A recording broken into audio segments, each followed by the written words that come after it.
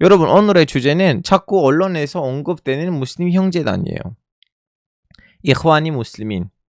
이흐완, 형제애, 형제들, 이흐완. 이흐완이 무슬민, 무슬림 형제단, 무슬림 형제들. 사실은 무슬림 형제단은 한국어이고 정확하게 좀 약간 번역을 하면 무슬림 형제들도 괜찮은 것 같아요. 이거는 한국에 있는 지식인들도 무슬림 형제단을 가지고 뭐라고 여쩌고 저쩌고 다 하는데, 뭐 무슬림 형제단은 원리주의자잖아요. 그러면 또 와하비즘도 원리주의예요. 그러면 둘이 같은 건가? 좀 한국에서는 자꾸 좀 이슬람이랑 관련된 단체들이 조그만 좀 종교에 있는 규칙들을 잘 지키면 무조건 좀 약간 원리주의라고 이렇게 낙인 찍히는 것들도 있는데, 물론 뭐 무슬림 형제단 안에는 좀 이상한 일들도 벌어진 적도 있죠. 근데 좀 사실 이렇게 스펙트럼이거든요. 다양한 색깔들이 있는데 사상적으로 그냥 한국에서 너무나 단순히 세속주의인가 원리주의인가라고 이렇게 딱 흑백으로 가니까 중동을 읽는 데 있어서는 상당히 장애가 있다고 생각하거든요. 물론 저는 그렇게 호의적이진 않죠. 왜냐면 이따가도 보여줄 건데, 여기 제가 예전에 책을 써서 읽었는데 읽으면서 납득이 안 된 부분들 많았죠. 그래서 이제 약간 역사적인 배경, 그리고 뭘 원했는지, 뭐가 다른지, 이런 얘기들 좀 하도록 하겠습니다. 자, 여러분, 이집트의 아버지는 누구냐? 이거부터 가야 돼요. 왜냐하면 그 배경을 아셔야 돼요, 여러분. 이집트의 아버지는 이분이에요. 이분 누군지 아세요? 모함메드 알리. 아랍 말로 모함메드 알리 이렇게 말해요. 이집트 사람들은. 터키 사람들은 가왈랄레 메메드 알리 파샤라고 합니다. 이 사람이 원래 오늘날의 그리스에 있는 도시에서 태어났던 알베니아족이었어요. 이분의 외삼촌인가? 그때 이집트에 있는 정독 정도는 아닌 것 같고, 근데 이제 거기 있는 예니체리단의 단장이었어요. 정동일 수도 있는데 정확히 모르긴 한데, 이분의 외삼촌이 이집트에 있는 군사 간부였어요. 외삼촌 때로 갔죠. 글도 읽을 줄 잘 모르시고 외삼촌의 자리를 잘 이용해가지고 외삼촌이 죽고 난 다음에 그 외삼촌 시절 때 거기 있는 예니체리들을 잘 리딩해가지고 이제 오스만 제국이 이분을 정독으로 이집트에 임명을 합니다. 처음에는 오스만 제국이 눈치를 못 챘죠. 이 사람은 그냥 단순히 정독, 왜냐면 수많은 정독이 있어요. 이 사람이 정독됐지만 야심이 있었죠. 이렇게 이제 보시면 메메드 알리 파샤예요. 이렇게 서양 사람들이 있어요.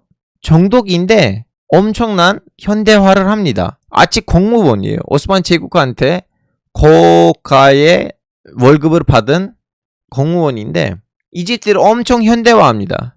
이분이 처음으로 신문사를 발행하고, 그러다 보니까 이집트가 발전돼요. 엄청 빠르게 발전되거든요. 정리가 되고 현대화되고 현대적인 건물들이 들어오고, 무슨 일이 생기냐면 오스만 제국이 예니체리를 폐지시킵니다. 거의 학살하듯이. 이분이 이집트를 발전하는 사이에는 오스만 제국 그 당시에는 예니체리를 중앙 그 왕실 부대를 없애버려요. 이제 새로운 부대를 만들려고 하는데 하필 그때는 전쟁이 터집니다. 그리스 독립 전쟁이 터집니다. 그리스 사람들 입장에서는 독립 전쟁이고 오스만 제국 입장에서는 그리스 봉기예요. 그리스 반란. 우리 교과서에서 반란으로 배웠어요. 유난 이스야느. 그리스 사람들아 반란. 그래서 그걸 이제 제압을 못해요. 오스만 제국이. 제압을 못하는데 이집트 애들이 거기서 잘 되고 있잖아요. 그래서 정독한테는 편지를 보내요. 너 우리한테 좀 군대를 보내요. 우리 지금 그리스 반란을 제압 못하고 있어. 이분도 영토를 이렇게 넓혔어요. 밑으로. 이건 다음 거고 이렇게 밑으로 넓혔어요. 정독인데 막 주변 나라들 흡수했고. 그래서 모하메드 알리 파샤는 오케이, 제가 이집트에 있는 군부를 보내드릴 건데 그냥 나 부탁이 있어요. 부탁이 뭐야? 나의 아들한테는 여기 다마스쿠스하고 여기 이쪽 지역 아다나 여기 우리한테 주셔야 돼요. 아들이 거기에 정독이 될 거예요. 큰 아들한테. 오스만 제국은 오케이라고 합니다. 그래서 모하메드 알리 파샤는 보냅니다. 군부를 오스만 제국에다가. 아직도 오스만 제국에 이제 정독인데 세습으로 가기 직전이에요. 이제 반란은 제압됐어요. 반란은 제압됐는데 프랑스하고 영국이 끼어 들어와요. 너는 그리스 사람들 독립을 인정해야 돼. 사실은 그리스 정도까지 넘겨주려고 했어요. 오스만 제국이. 왜냐면 이집트 덕분에 제압한 거잖아요. 그러다 보니까 어떻게 되냐면 그리스 반란의 막판에 이제 영국하고 프랑스가 힘을 실다 보니까 그리스는 독립했어요.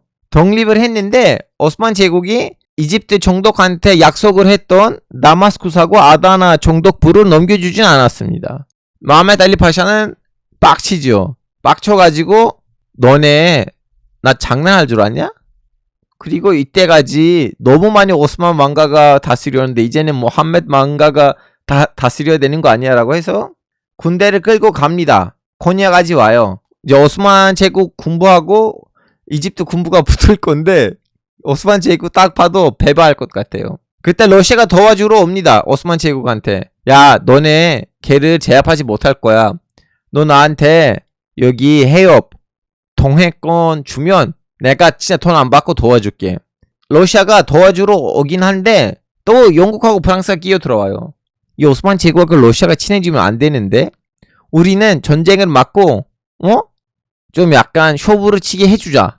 그러다 보니까 이제 영국하고 프랑스까지 끼어 들어와서 결론이 뭐냐면 그냥 이집트만 모하메드 알리 파샤한테 주는 거고 모하메드 알리 파샤는 이집트의 히딥 좀 약간 세습이 있는 정독으로 인정돼요. 근데 모하메드 알리 파샤 때는 거의 좀 약간 단독 정부로 움직였거든요. 거의 이집트 나라였어요. 모하메드 알리 파샤 시절 때는. 다음에 이제 이분의 아들들한테 넘어가면서 다시 한번 좀 약간 오스만 제국의 눈치를 보고 오스만 제국이 인정하는 왕세자가 왕이 되고 이런 식으로 변했는데 모하메드 알리 파샤 시절 때는 그렇진 않았어요. 완전히 이제 좀 약간 독립국처럼 생각하시면 되고 모하메드 알리 파샤는 제가 얘기했다시피 오스만 제국의 고위급 간부였잖아요. 그래서 발전을 시켰는데 근데 보시다시피 이거 모하메드 알리 파샤가 만들었던 사원이에요. 그 건축을 보시면 오스만 제국 건축이에요. 그 아랍 건축이 아니에요. 이거 사실은 잠시만요. 어디야? 저랑 같이 이집트 가시면 제가 이거 다 설명을 해줄 거거든요. 현지에서. 여튼 이거는 광고였습니다. 이제 보시면 나라를 너무 많이 오스만 제국에 있는 그 어느 정도 노하우도 있잖아요. 그걸 가지고 이렇게 오스만 제국 스타일 건물도 지어요. 사실은 이집트 가시면 이거 몇 개 말고는 오스만 제국 스타일 건물이 없어요. 이 얘기를 왜 하냐면 모하메드 알리 파샤 계기로 이집트에서는 좀 약간 오스만 제국 출신 아니면 예전에 이 이집트를 맘루크 왕조가 다스렸잖아요. 맘루크 왕조 사람들은 어디예요? 다 카자키스탄하고 체첸 출신이잖아요. 모하메드 알리 파샤는 이집트에서 정권을 이렇게 장악하는 데 있어서 그 맘룩 시대에서 남았던 엘리트들도 도와줬거든요.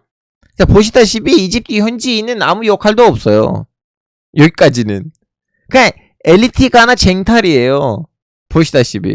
그냥 엘리트들 사이에는 정권 쟁탈이라고 생각하시면 돼요. 하여튼 그런 상황인데 다음에 어떤 일이 벌어지냐면요. 이집트는 이제 현대화 하려고 하다 보니까 여기저기 이제 지하철도 깔아야 되고 항구들도 만들어야 되고 그래서 돈이 필요한 거예요. 이제 이 사람 때는 데픽 파샤인가? 맞네, 데픽 파샤 맞아요. 데픽 파샤 시절 때는 무슨 일이 생기냐면 여러분 맞아요. 파샤를 붙어야 돼요. 왜냐하면 독립국 아니에요. 독립국이 아니었기 때문에 파샤예요.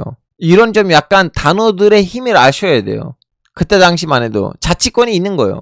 하여튼 데픽 파샤 시절 때 무슨 일이 생기냐면 영국이 돈을 줘야 됐는데 그 돈을 지불 못해요. 왜냐면 돈을 많이 빌렸거든요. 빌렸던 돈들을 다시 돌려주지 못하니까 이 데픽 파샤는 나 어떻게 해야 되나? 그래서 영국이 와서 얘기를 해요. 영국이 그러면 돈을 이렇게 모아라. 이 단위를 우리한테 주어라. 아니면 우리가 직접 세금으로 모을까? 해서 영국이 좀 약간 갑질하려고 하는 거예요. 이제 그걸 꼴보기 싫은 현지인들도 짜증난 거예요. 이제 그때는 동시에도 처음으로 우라비 파샤, 보시다시피 얼굴이 이거 우라비 파샤였나? 나 이름들 요즘 왜 이렇게 많이 까먹어? 와 진짜 잘 기억하네. 야 이건 진짜 내 학교 시절 때 공부했던 거였는데 저 이거 내 학교 때는 BPT 했었거든요. 그때 있었던 사진들이에요 여러분. 이 우라비 파샤는 각하 이러면 안 돼 라는 시기로 직소를 해요. 직소를 하다 보니까 그때 영국이 끼어 들어옵니다. 1882년. 이게 사진들 보시면 다 영국군이 맞죠? 그리고 여기 보시면 다 흑인들이에요. 최다 수단 사람이에요. 아니면 소말리. 하여튼 영국 애들이 이겨요. 영국 애들이 이기고 민족주의자들을 촉출시키죠. 그리고 왕권을 튼튼하게 만들어요. 그럼에도 불구하고 아직도 오스만 제국의 자치국이에요. 속국이라고 할까? 하여튼 모르겠어요. 다음에 무슨 일이 생기냐면 이제 영국이 좀 약간 어떻게 보면 한국하고 일본 관계로 생각하시면 돼요. 결론적으로는 왕실이 개화파 같은 사람들이에요. 자꾸 이집트를 개화하려고 하고 현대화하려고 하거든요. 그러나 현지인들도 살짝 좀 약간 의아해요. 그러다 보니까 이제 좀 이미 이집트 현지인들은 이집트 지배층에 대한 불만이 있었어요. 투르크 계통 애들, 카자크 계통 애들, 이 왕가, 걔네들이 현지인 아닌데. 그리고 모함메드 알리 파샤도 처음에는 아랍어 몰랐어요. 모르셨어요. 거기 임명된 거잖아요. 이토 히로부미가 한국어를 얼마나 잘했는지 모르겠어요. 그런 느낌으로 생각하시면 돼요.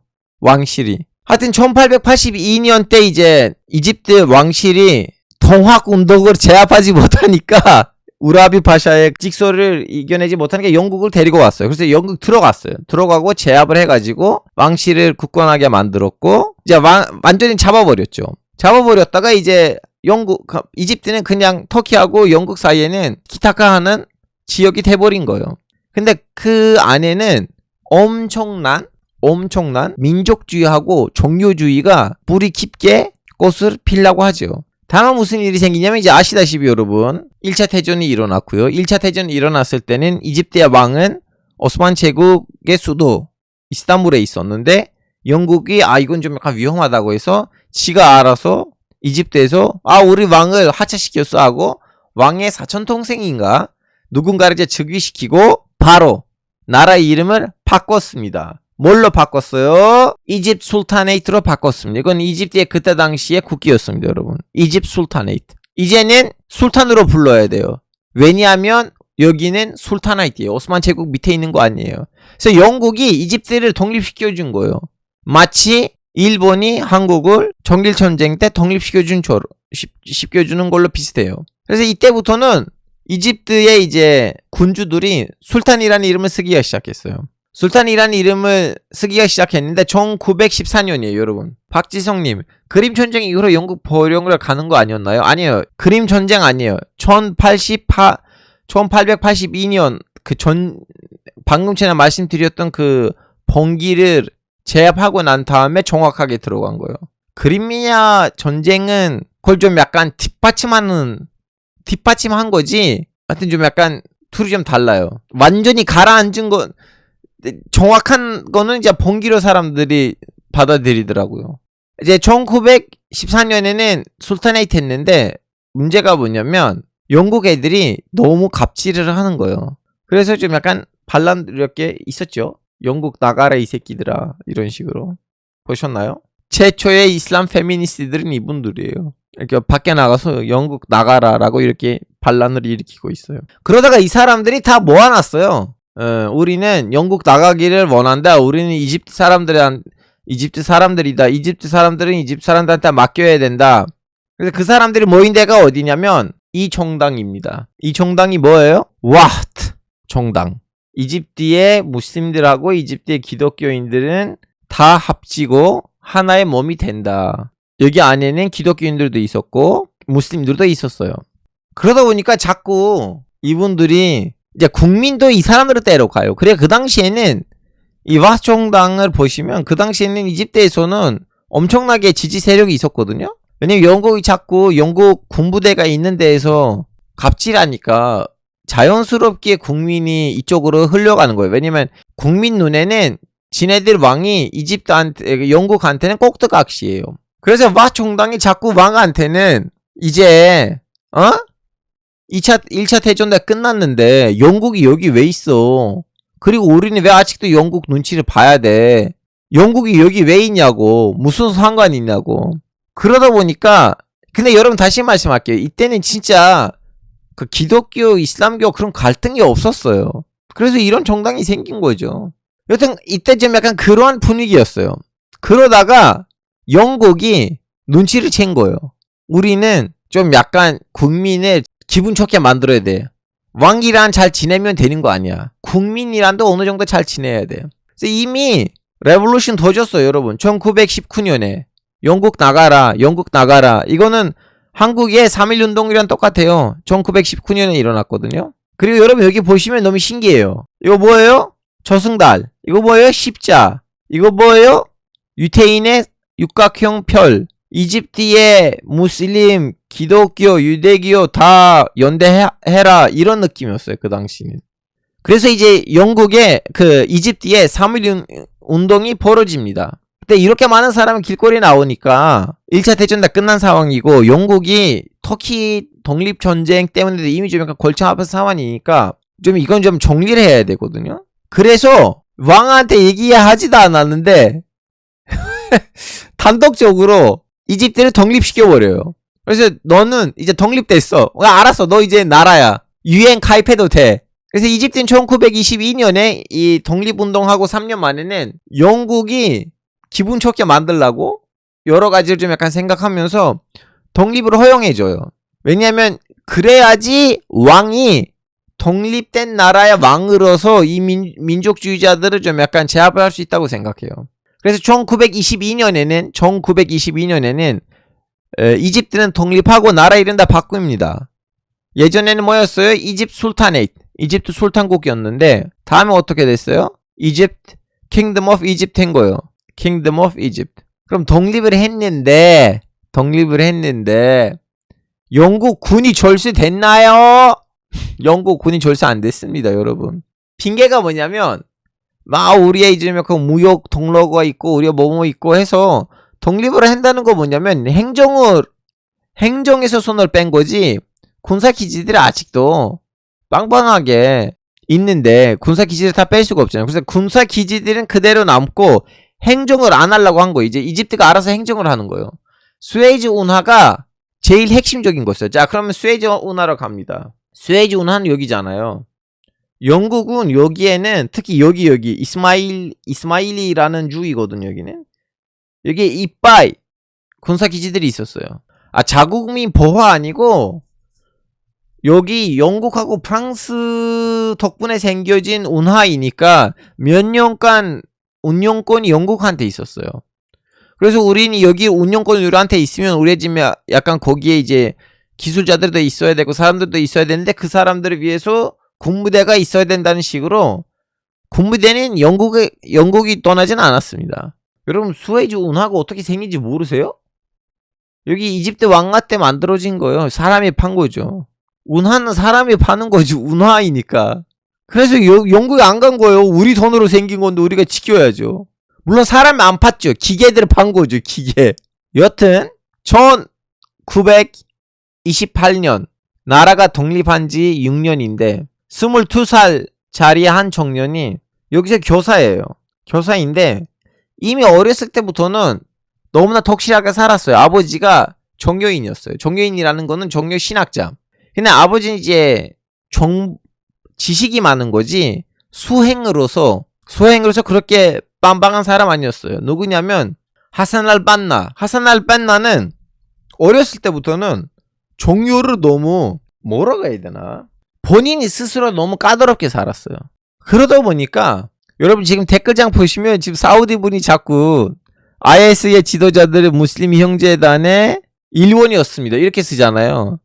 여러분이 생각하는 거 다르게 무슬림 형제단하고 와하비즘은 완전 정반대고 사우디는 사실은 무슬림 형제단에 대해서 생각이 되게 안 좋고 그리고 두 번째인가 무슬림 형제단을 테러 조직으로 지명했어요. 사우디는.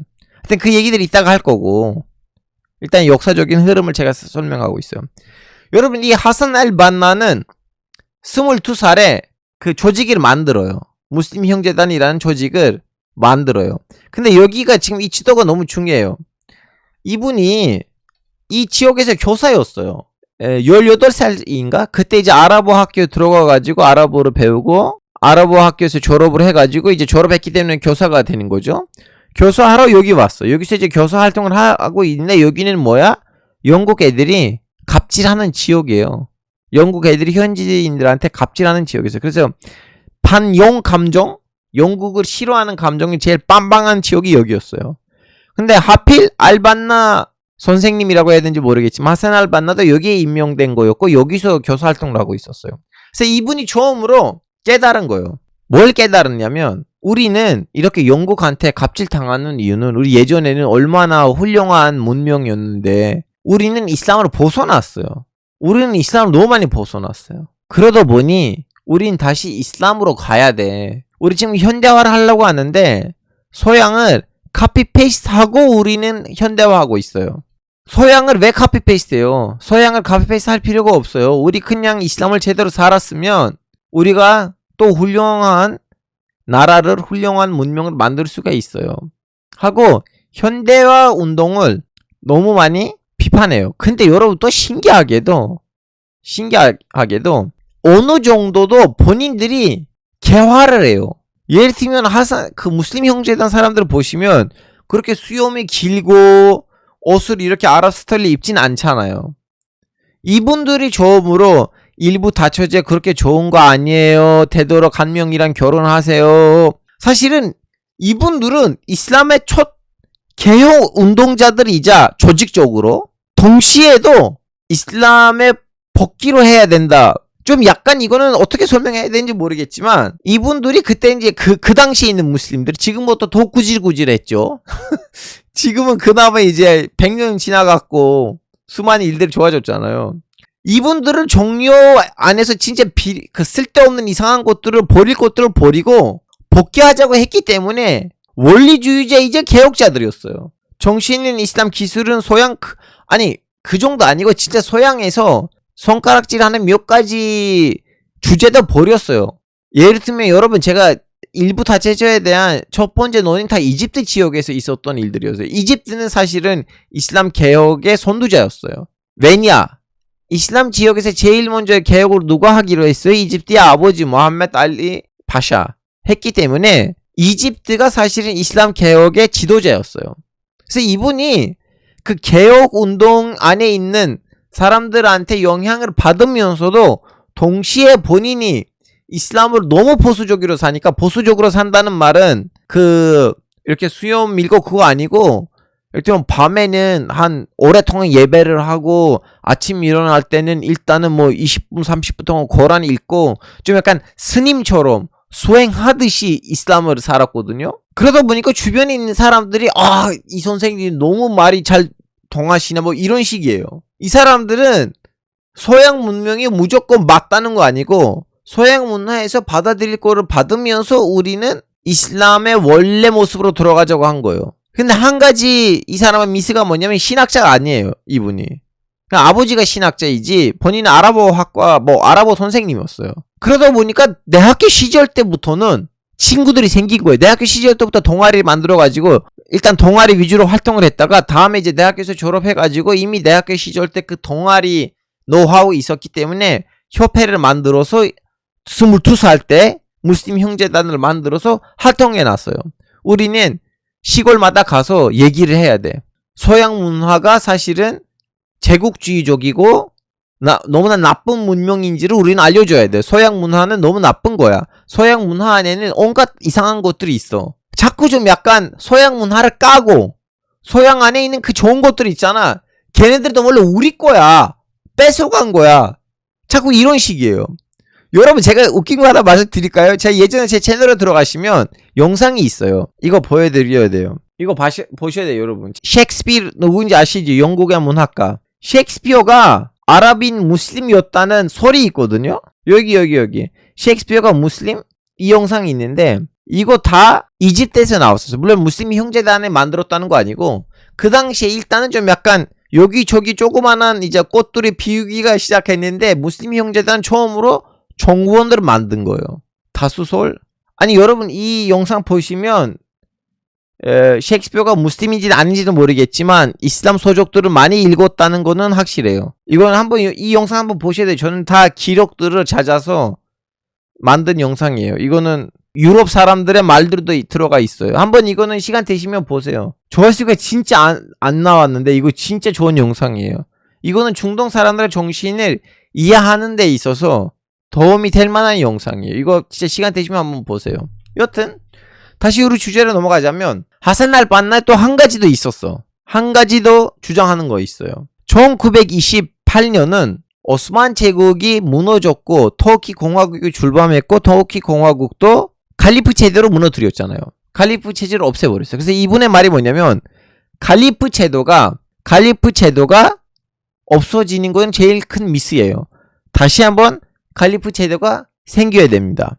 칼리프 제도를 우리는 다시 한번 수립시켜야 돼요. 근데 옛날 스타일로 아니고 전 세계에 있는 모든 무슬림들을 하나의 지도자를 뽑아가지고 그 지도자들이 또 모여서 거기서 또 다른 지도자를 뽑아야 돼요. 사실은 좀 약간 민주주의를 이슬람 색칠을 하는 거예요. 이거 뭔 말인지 아셨죠? 민주주의를 이슬람 색칠로 하는 거예요. 우리는 다시 한번 칼리프 제도를 부활해야 돼요. 근데 칼리프 제도는 이미 옛날에 있는 칼리프 제도처럼 할 수가 없어요. 그럼 어떻게 해야 돼요? 각 집안마다 이슬람을 너무 잘 아는 젊은이들이 모여서 하나의 지도자를 뽑아야 돼요. 그 지도자들이 모여서 또 하나의 지도자를 뽑아야 돼요. 다음에 그 지도자들을 모아서 그 결론적인 지도자를 뽑아야 돼요. 입헌군주제 아니고 그냥 민주주의죠. 이슬람화된 민주주의예요, 이거. 하여튼 그러다 보니까 이 사람이 엄청난 사람들 따라와요. 그리고 새로운 사람이 들어오잖아요. 조금 그 사람을 정신적으로 훈련시켜가지고 다시 그 사람을 보내요. 이집트 지방에다가 가서 너도 연설하고 너도 새로운 사람을 데리고 와. 그러다 보니까 이분들은 여러분 너무나 빠른 시간 안에는 몇십만 명에 도달합니다. 그 숫자는 우리가 어떻게 하냐면 협회를 만들고 협회에다가 가입하고 협회 활동 안에다가 활동하는 사람들 숫자는 50만 명이 됩니다. 그리고 이제 30년대 되잖아요. 30년대 후반. 그러니까 협회가 생긴 지 1928년이잖아요. 30년대 후반부터는 생긴 지 7, 8년 됐는데 이제 우리는 국제적으로 가야 돼. 왜냐면 칼리프 제도가 생기려면 이 위험이 세계적으로 퍼져나가야 돼요. 맞잖아요. 이집트 사람들만 이 사상을 받아들이면 되는 일이 아니잖아요. 모든 무슬림들한테 이거 가야 돼. 그래서 일단 주변 아랍 국가들한테 갑니다. 여러분 너무나 빠르게 요르단 그리고 시리아 팔레스타인 사우디에서는 잘 안 먹혀요. 그 당시에는. 근데 사우디에다 갑니다. 주변 나라들 많이 가요. 그리고 너무 퍼져나가요. 퍼져나가다 보니까 이분들의 이제 숫자가 많이 올라갔죠. 이제는 정치에다가 영향을 미치기가 시작해요. 그래서 이 사람들은 정치 활동하기가 시작해요. 그래서 정부를 비판하고 우린 이 정부를 지지한다. 우린 이 정부를 반대한다. 이런 식으로 갑니다. 그러다 보니까 무슨 일이 생기냐면 아랍 이스라엘 전쟁 터지기 전에 무슨 일이 있었어요? 1차 대전이 45년에 끝났잖아요. 45년에 끝나는데 제 알기로는 이 사람이 48년에 죽었는데 잠깐만요. 하산 알반나 48년에 죽었는데 맞아? 49년 맞네. 자 여러분 무슨 일이 생기냐면 1차 대전이 끝났잖아요. 1차 대전 때는 아랍 왕권이 걔네들이 너무 위험하다. 너무 힘을 너무 많이 모았다. 일단 위험도를 느껴요. 그리고 그 팔레스타인 문제가 이제 그때 빠글빠글한 상황이잖아요. 팔레스타인 분할 건도 나올 거면 한 47년에 분할이 나왔잖아요. 분할 플랜. 그리고 48년에 전쟁이 나오고 끝났고. 그래서 이 사람이 이집트가 너무 무슬림 형제단하고 이집트 정권이 중돌하기가 시작해요. 중돌하기가 시작했는데 그때 무슨 일이 생겼냐. 국무총리 하나가 암살당해요. 국무총리가 48년에 암살당합니다. 그 암살당한 국무총리를 죽인 사람이 무슬림 형제단 소속으로 이제 나와요. 뭐 얼마나 맞는지 모르겠어요. 여기까지는 저 잘 모르겠어요. 여러분 왜냐면 제가 다음 달 말에는 이집트 갈 건데 이집트에서도 욕먹고 싶지 않고 무슬림 형제단 애들도 갑자기 튀어나와서 뭘 할 수 있네. 저는 말을 너무 중립적으로 가겠습니다. 그래서 48년에 나크루시 파샤인가 국무총리는 암살당해서 죽어요.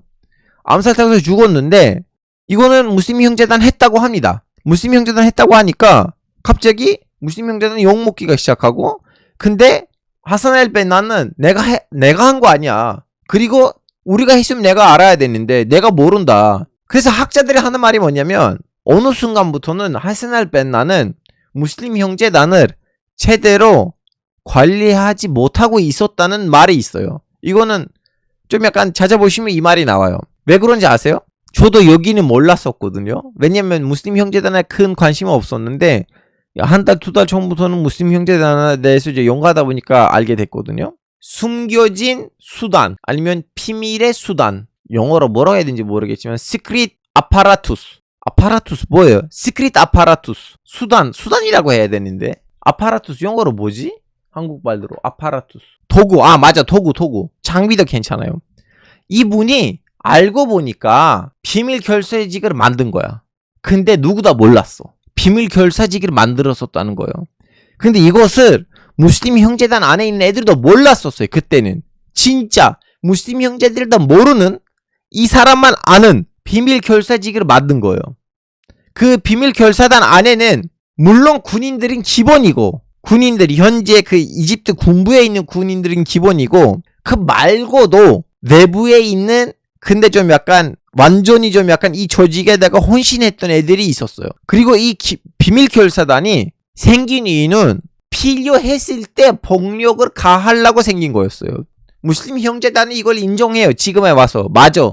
그때 비밀 결사단이 생겼어요. 근데 이유는 우리가 급진적인 애들이어서 아니고, 옆에는 팔레스타인이 그렇게 되고 있는데 아랍 국가들이 제대로 뭘 못하잖아요. 그걸 막으려고 우리가 했다. 또 다른 학자들에 의하면, 특히 무슬림 형제단을 싫어하는 무슬림 학자들, 무슬림 형제단을 싫어하는 무슬림 학자들에 의하자면 하산 al-Banna는 전혀 공산주의자가 아니었지만 소련 혁명을 보고 언젠가 혁명은 어쩔 수 없이 폭력으로 일어날 수밖에 없는구나라고 해석하는 사람들도 있고, 그 스탈린을 좀 약간 본받아서 만들었다고 하는 사람들도 있고, 좀 약간 소수보다 조금 더 많은 일각의 소리고, 무슬림 형제단 본인 말로는 아니야, 우리는 팔레스타인 문제를 제압하려고 이렇게 만들었다. 여러분, 이렇게 고급스러운 정보들은 딴 데 없어요. 진짜로. 미안하지만 이 정도로 파헤치고 고가의 정보를 가지고 올 사람은 없을 겁니다. 좀 인정해 주시면 감사하겠습니다.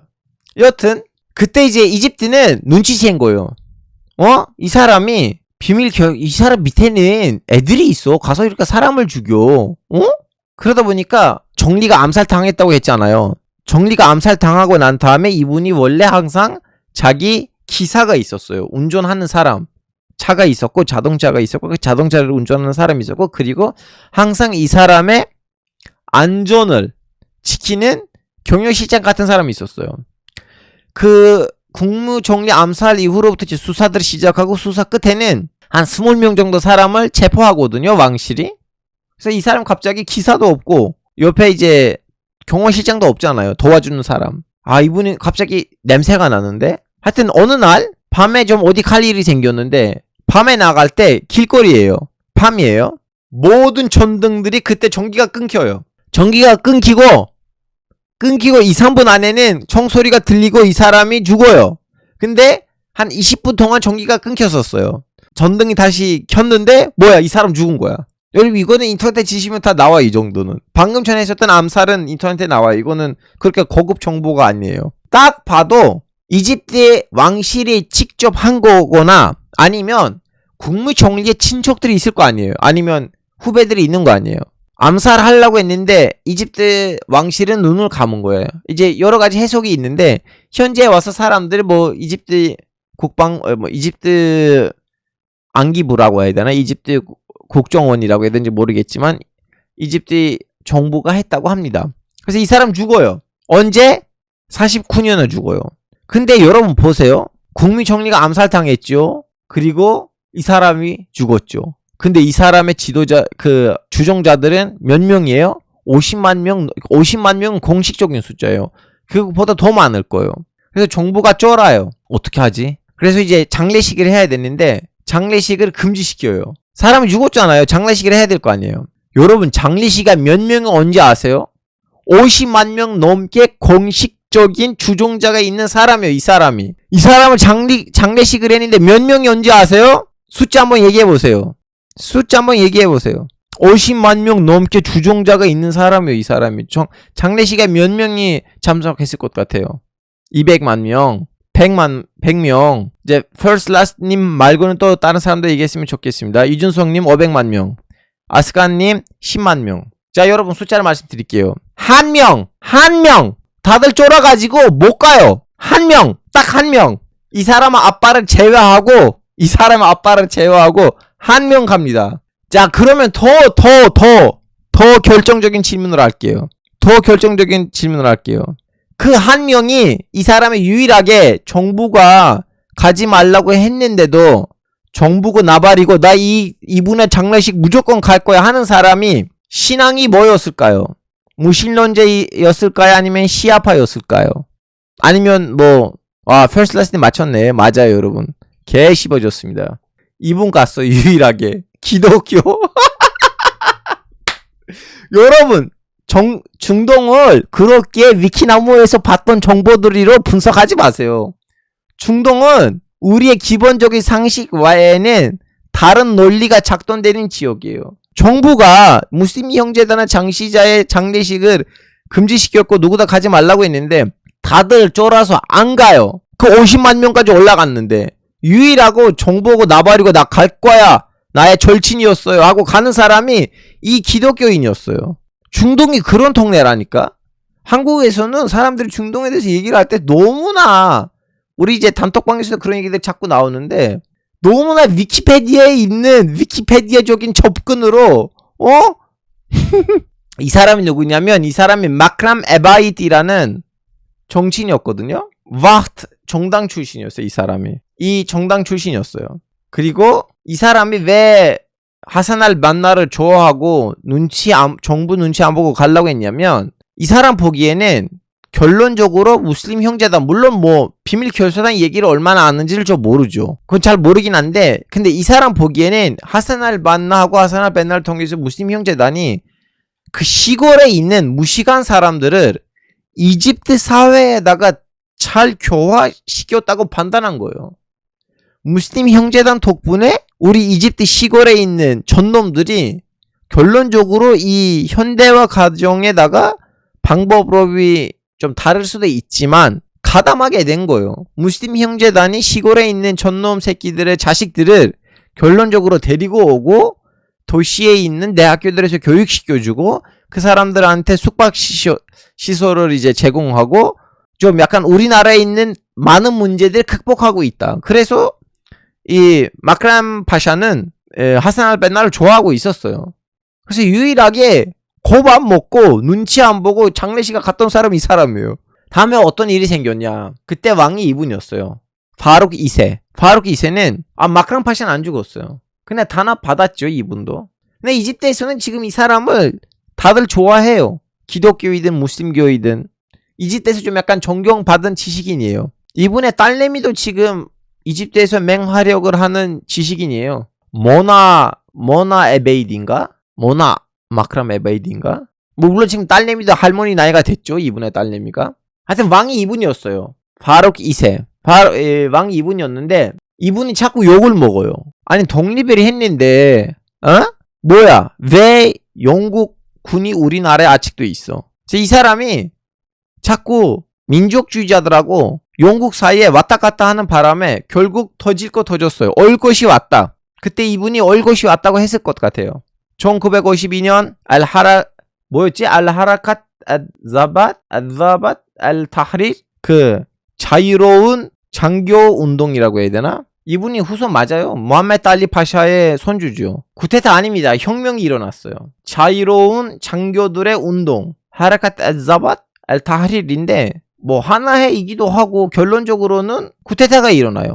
왕을 쫓아냅니다. 왕을 쫓아냈는데 이분들의 특징이 뭐예요? 얼굴 보시면 티나죠? 다 현지인들이에요. 자, 여기 있는 사람들의 얼굴 보시고 한번 얼굴 보세요. 그리고 한번 이분의 얼굴 보세요. 다르잖아요.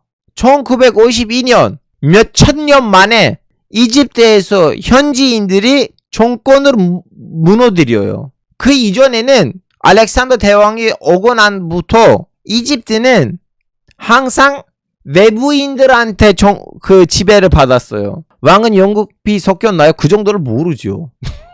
근데 왕의 할아버지 이제 터키 사람으로 생각하셔요. 터키하고 알베니아.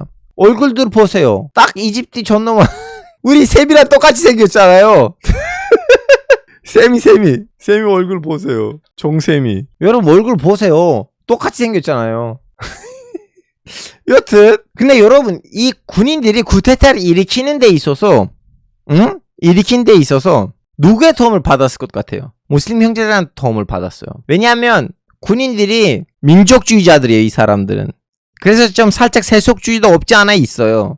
이 사람들은 이집트 사람들이 다시 한번 정권을 잡아야 돼요. 무슨 왕이에요? 왕의 민족이 뭐야? 왕이 어디로부터 나왔어? 오스만 제국의 여쩌고 저쩌고 아니었어. 이제 여기 이집트 현지인들을 다스려야 됩니다. 이렇게 하는 사람들인데 이 사람들이 정권을 쟁탈하려면 혼자 못하죠. 누구를 끼워서 해야 돼요. 그 누구를 끼웠던 거 뭐냐면 무슬림 형제단이었어요. 그동안 이집트 군부에서 나름 좀 약간 자리를 차지했던 무슬림 형제단 애들까지 다 데려가지고 쿠데타를 일으킨 거예요. 너네 선생님 하산 알벤나 선생님 우리도 너무 좋아했었어. 너네 선생님을 죽인 정권 아니야? 야 같이 왕을 없애버리자. 이제 퍼스트 라스님이 너무 좋은 질문했어요. 그럼 무슬림 형제단 애들한테는 자리 한 개씩 줘야 되는 거 아니에요? 여러분 무슬림 형제단이 생긴 지 얼마 안 된 거예요. 그래서 무슬림 형제단에 있는 군인들은 다 어려요. 높은 급 무슬림 형제단 없었어요. 그 당시에는. 너무나 높은 급. 그래서 밑에 있는 하급 장교들은 무슬림 형제단인데 또 위에 있는 상급 장교들은 위에 있는 장교들은 다 민족주의자들이에요. 그래서 같이 힘을 모아서 왕을 몰아내고 모든 정당들을 없애버렸어요. 모든 정당들 다 금지예요. 유일하게 허락을 해준 협회는 즉슨 배제됐다가 다시 활동을 해도 된다고 하는 정당 아니고 집단은 무슬림 형제단. 그래서 1952년에는 무슬림 형제단이 다시 풀려요. 1952년에. 근데 이 군부 세력이 자기 내에서 갈려요. 이분 자말 압둘 나스르 이 사람이 그때는 부통령 총리인가 그런 자리에 앉아 있었고 모함메드 네깁 대통령은 대통령이었고 박정희하고 김종필인데 김종필이 이기지 못했죠. 박정희는 이겼고 그런 느낌이에요. 원래 네깁은 좀 약간 하여튼 뭔 말인지 이해되셨죠? 무슬림 형제단이 이때는 제말 압둘 나스르의 표현을 안 들었어요. 모함메드 네깁이죠. 네깁인가? 모함메드 네깁이었는데 이 사람 이름이. 맞아, 모함메드 네깁 맞네. 그래서 무슬림 형제단이 이쪽 라인을 썼어요. 이거 진짜 맞는지 틀린지 저도 모르겠어요. 1954년에 즉슨 2년 이후에는 제말 압둘 나스르는 암살당해요. 근데 안 죽어요. 이제 이것이 일종의 자작극이라는 말도 있어요. 무슬림 형제단 애들한테 물어보면 이건 자작극이었다. 근데 다른 애들한테 말하면 무슬림 형제단이 이 둘 사이에는 이쪽을 썼다. 그리고 진짜로 제말 압둘 나스르한테 암살하려고 했다. 제가 뭐가 맞는지 모르겠어요, 여러분. 근데 제말 압둘 나스르는 그 암살을 이겨내가지고 일단은 무슬림 형제단도 다시 해지시키고 2년 만에 다시 해지시키고 다음에 20일 이후에는 모함메드 네깁을 무너뜨리고 정권을 쟁탈합니다. 정권을 쟁탈했는데 문제가 뭐냐면 무슬림 형제단이 이미 어느 정도 풀렸어요. 완화됐어요. 일단 지도자가 죽었죠. 49년에 즉슨 5년 전에 누가 지도자 해야 되나 했는데 제말 압둘 나스르도 좀 갔다 왔다는 거예요. 무슬림 형제단을 해제를 했지만 동시에도 좀 약간 무슬림 형제단은 비슷한 말들을 하고 세속주의자인지 이슬람주의자인지 다 애매모호해. 이런 사진도 있어요. 이런 사진들도 있고 근데 또 동시에는 세속주의적인 행동들도 있어. 좀 약간 이 사람을 어떻게 받아들여야 되나? 사실은 제말 압둘 나스르 똑똑했다고 봐야 돼요. 솔직히 말하자면.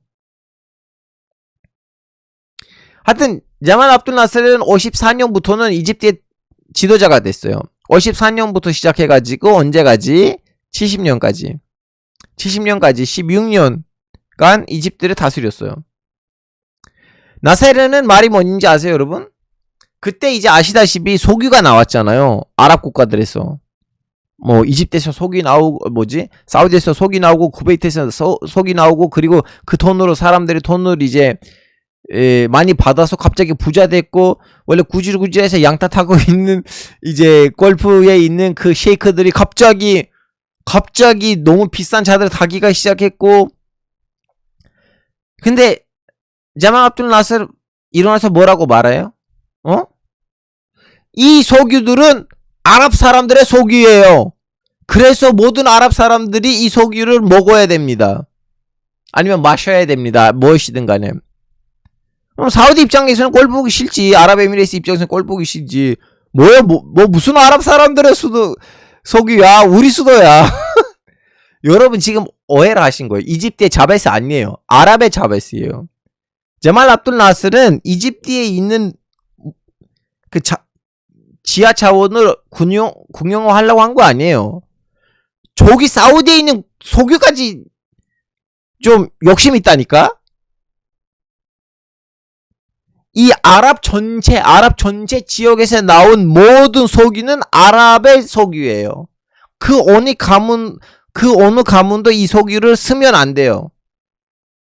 이집트에 나오는 석유도 아랍의 석유고, 저기 이라크에 있는 석유도 우리 아랍의 석유고, 그 사우디에 있는 석유도 우리 아랍의 석유예요. 그래서 사우디가 꼴 보기 싫은 거예요. 꼴 보기 싫으니까 뭐래요? 물밑에서 무슬림 형제단을 지지하겠죠. 그리고 무슬림 형제단이 이집트에서 살기 이제 불편하잖아요. 제말 압둘 나스르 자꾸 무슬림 형제단을 괴롭히니까. 그래서 밖에 나갈 거예요. 그럼 밖에 나간 사람들 어디 가요? 사우디 갑니다. 아랍에미레이트 갑니다. 쿠베이트 갑니다. 쿠베이트에서 모든 학교들, 아랍에미레이트에서 모든 학교들은 무슬림 형제단이 다스리고 있었어요. 언제까지? 9.11 테러 사태까지. 사실은 왕가들도 나름 방심한 거예요. 잘 모르지, 이집트에서 무슨 일들이 일어난지. 일단은 이 제말 압둘 나스르는 나쁜 사람이니까 이 나쁜 사람을 제거한 사람 나의 친구라고 생각을 했는데, 하여튼 그런 분위기가 형성됩니다. 그러다가 누구 등장해요? 이 사람이 등장합니다. 세이드 굿. 자, 여러분 이것도 재미있는 거예요. 지금 하산 알 반나가 이제 없잖아요. 세력이, 조직이 좀 약해졌어요. 누가 또 이렇게 연설을 해야 돼요. 물론 다음에 다른 지도자들이 있어요. 또 민주주의식으로 누구를 이제 뽑았는데, 그분은 그냥 행정적으로 지도자지 좀 약간 연설이 그렇게 강하진 않아요. 이분도 누구냐면 이분이 사회학자였어요. 그리고 미국에 유학한 거예요. 사실 날라리였어, 이분이. 그렇게 지금 무슬림 같은 사람은 아니었어요. 근데 미국에 가서 미국에서 살아봤는데 서구 문명이 실망한 거예요, 이 사람이. 그래서 다시 좀 약간 옛날 이슬람 문명 공부해보자고 했는데, 그러다가 이제 우연히 무슬림 형제단을 알게 돼요, 이 사람이. 세이드 굿. 이 사람의 책들이 있습니다. 마일스톤스 북, 이거 제가 이렇게 사서 읽었죠. 하여튼 이 사람이 이 사람은 뭘 했냐면, 세이드 굿은 뭘 했냐면, 무슬림 형제단에 그동안 그 사상을 잘 교화시켜서 이제 책처럼 만들어요. 사실은 모함메드 하산 엘 반나 지도자, 장시자의 직접 쓴 책이 없어요. 그분의 이제 편지들하고 성명서들하고 연설들을 모은 칩이 있는 거지 직접 책이 없어요. 근데 세이드 굿의 책이 무슬림 형제단의 논리를 제대로 보여준 책이니까, 어떻게 보면 무슬림 형제단을 이해하려면 세이드 굿, 이 사람의 책을 읽어야 돼요. 지금 댓글창에서는 잘 설명돼 있어요. 나름 플라톤이죠. 그래서 하산 알반나는 소크라테스이고 이 사람 플라톤이라고 생각하시면 됩니다. 근데 제말 압둘 나스르도 암살당해요. 또 암살당하니까 60년대쯤 모든 무슬림 형제단 지도자들을 이미 활동이 금지인데 모아요. 모아가지고 얘기를 해요. 니네들 지금 대통령을 죽이려고 했는데 니네들 죽어야 돼. 근데 내가 니네들을 안 죽일 수도 있어. 너네 나한테 사과를 하면 내가 니네들 사형되는 것을 막을게. 왜냐면 대통령으로서 사면권이 있잖아요. 내가 니네들 사면시킬 수가 있어요. 세이드 쿠뚜브 뭐라고 하는지 아세요?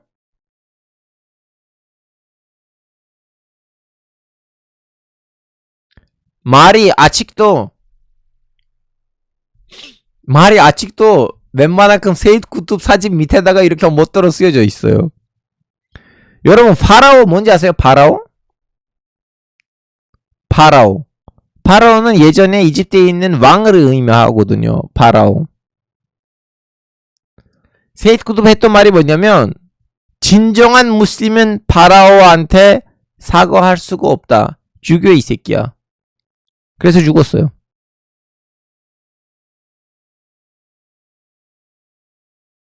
진정한 무슬림은 파라오한테 사과할 수가 없어요. 죽여 이 새끼야. 여러분 제가 지금 이렇게 웃기면서 얘기를 하잖아요. 여러분 저 예전에는 터키에 있을 때 다양한 종교 집단 안에 들어갔다 나갔습니다. 이 스토리는 아직도 좀 약간 이 스토리 앞뒤가 있어요. 제가 지금 이 스토리의 제일 하이라이트를 여러분한테 뽑아서 알려주는 건데 이 스토리를 하면 사람들 그때 남자들 다 울어요. 와 진짜 남자였다. 아 진짜 남자야. 이렇게 멋지게 살아서 이렇게 멋지게 죽어야 돼요. 자 여기서 이제 하이라이트 멋지게 죽어야 돼요. 무슬림 형제단은 제일 나쁜 거 뭐냐면 지나치게 멋진 죽음이라는 사상을 심어준 거야. 멋진 죽음. 야 죽으면 왜 멋져? 물론 뭐 스토리 들어오니까 멋지긴 한데 이거가 버틸 만한 그런 교훈인가?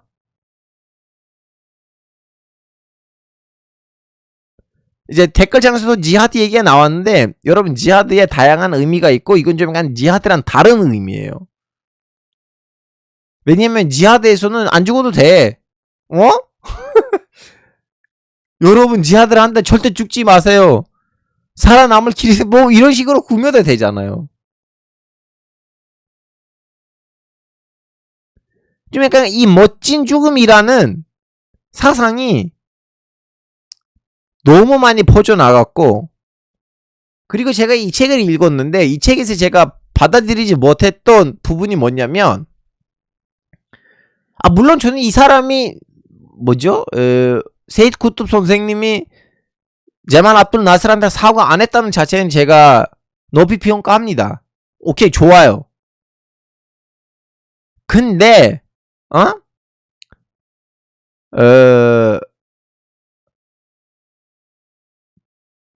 전체적인 그림을 보면 여길로부터 도움이 될 만한 사상이 안 나왔어요. 오케이 하나의 개인으로서 하나의 독재자 앞에서 무릎을 안 꿇는 그 자체가 멋있어. 나 인정. 근데 여길로부터 무슬림이라는 이 큰 인구에다가 도움이 될 만한 사상이 안 나왔어요. 그리고 제가 이 책을 읽었는데 지금 이 책들이 다 사우디에서 금지됐어요. 여러분 사우디아랍에미레이트 이집트 다 금지인데 제가 이것을 진짜 너무나 어린 나이에 읽었거든요. 20대 초반 20대도 아니에요 여러분. 제가 10대 초반에 읽었어요. 잠시만요. 이거 날짜가 있어? 20대 초반에 읽었네. 20대 딱 초반에 읽었는데 읽자마자 받아들이지 않는 부분이 있었어요. 이제 세이드 쿠뚜브 선생님이 이렇게 말해요. 이제 역시 똑같은 논리인데 우리가 지금 서양한테 핍박을 당하고 있어요. 이 핍박을 이겨내려면 역시 모함med 사도한테 하나님이 주는 축복이 우리한테도 있어야 된다. 그러면 하나님이 모함med 사도한테 주는 축복을 마일스톤 맞아요. 이 책 이름이 마일스톤스 맞아요. 하나님이 모함med 사도한테 주는 축복을 우리도 받으려면 모함med 사도처럼 살아야 되고 다음에는 그럼 거기서 좀 약간 도덕적인 부분으로 더 강조를 해야 되는데 도덕적인 부분을 강조하는 것보다는 모함med 사도하고 그 당시에 있는 이교도들의 관계를 그 중돌적인 모습들을 많이 강조하거든요. 다시 말씀드릴게요. 이 책에서는 이렇게 말해요. 우리가 지금 너무 패배한 상황이다. 우리는 서구 문명한테 너무 밀렸어. 우리가 다시 한번 서구 문명을 이기려면 하나님이 모함med 사도한테 주는 그 축복을 우리가 받아야 돼. 그래야지 우리는 이길 수가 있다. 왜냐면 모함med 사도는 이겼잖아요. 결론적으로. 그러면 우리는 그 축복을 받으려면 모함med 사도처럼 살아야 된다. 하면서 거기서 강조되는 거는 모함med 사도의 도덕이 아니고 모함med 사도하고 그 당시에 있는 이교도들이 결론적으로 전쟁을 몇 번 했잖아요. 그 부분을 많이 강조를 시키는 거예요. 이렇게 되면 당연히 여기로부터는 병력만 나오겠지. 근데 저는 결과적으로 병력이 나와서 이 사상을 거부한 거 아니고 제가 받아들이지 못했던 거 뭐냐면 그 당시에 있는 이교도들하고 지금 오늘날에 있는 비무슬림들이 같은 사람들인가?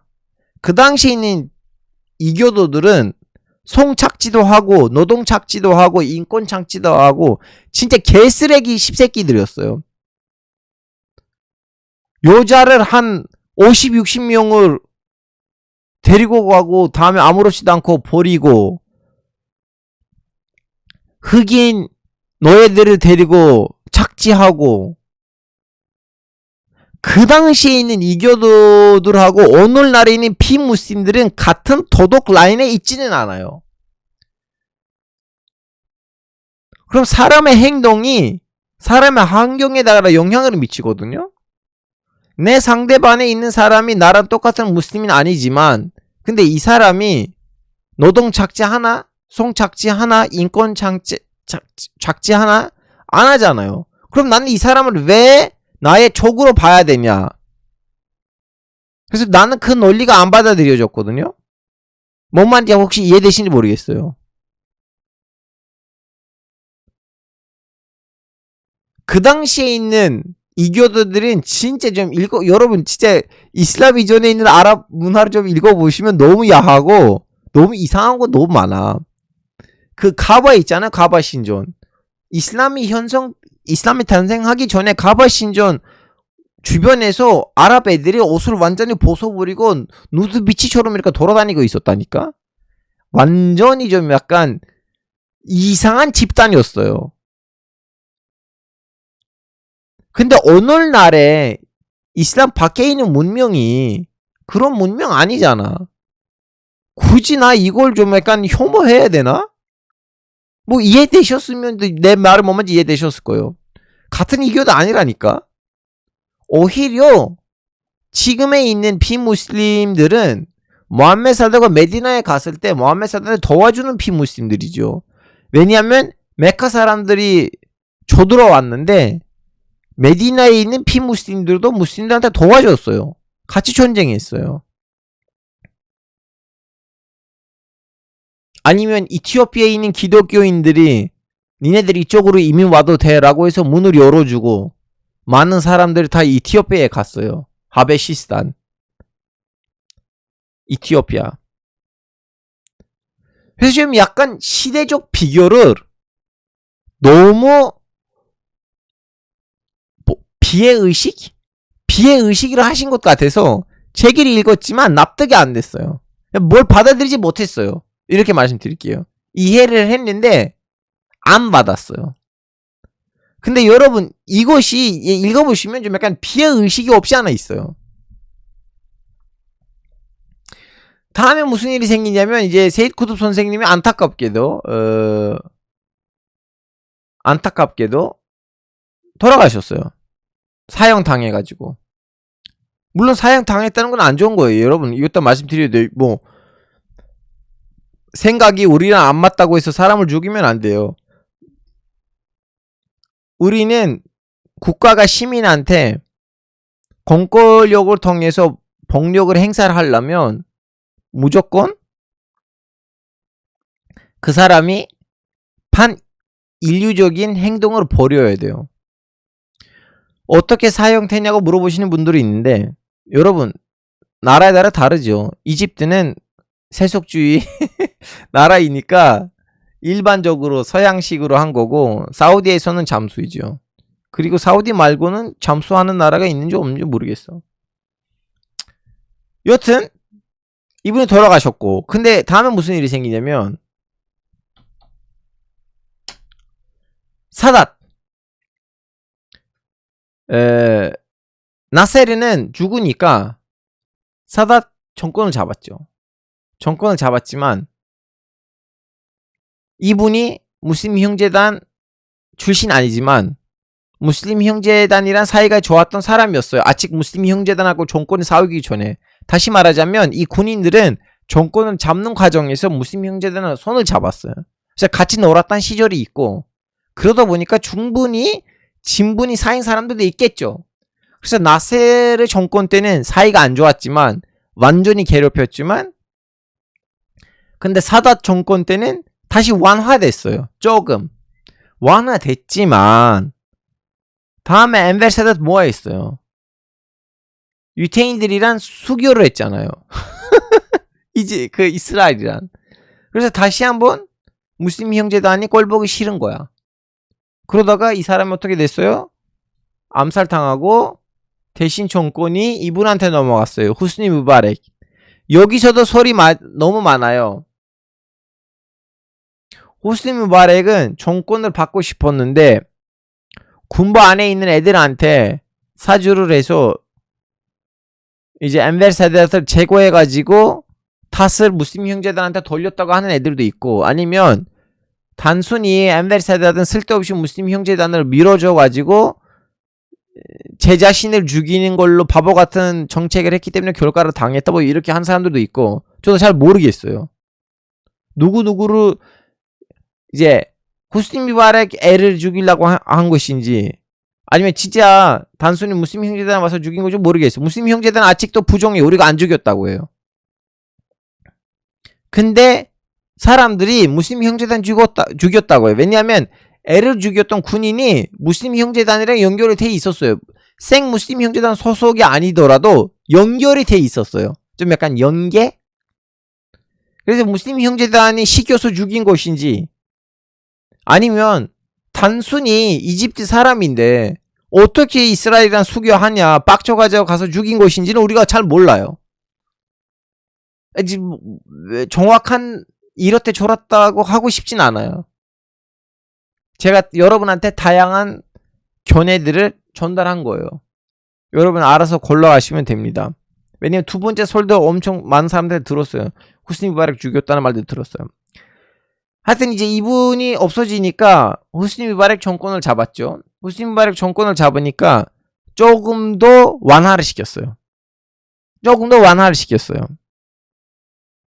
근데 완전히 풀어주진 않았습니다. 완전히 풀어주진 않았지만 결국 언제 풀어줬냐? 2005년 때는 후스니 무바렉하고 무슬림 형제단 애들이 쇼부를 쳐요. 내가 니네들을 완전히 풀어줄 수가 없어. 내가 니네들을 풀어주잖아? 그럼 세속주의자들이 와서 나한테 뭐라고 할 거야. 근데 너네 국회에서 나를 지지할 거라면 내가 니네들의 무소속으로 국회 들어가는 것을 막지 않을 거야. 해서 2005년 때는 무슬림 형제단이 무소속 의석으로 국회에 들어갑니다. 2005년에. 한 88명인가? 들어갔어요. 물론 또 일설에 따르자면 본인들이 88명이지 또 다른 정당들에서 좀 이렇게 지명을 해서 다른 정당 소속으로 들어왔던 애들도 있었대요. 근데 결론적으로는 이제 아랍의 봄이 일어났고, 아랍의 봄이 일어나니까 후스니 무바락 날라갔고, 무슬림 형제단이 결국 정권을 잡습니다. 모하메드 무르시를 통해서. 모하메드 무르시는 무슬림 형제단의 지도자는 아니었지만 간부였죠. 간부. 그리고 다시 말하자면 이 무슬림 형제단은 기본적으로 출범이 그거예요.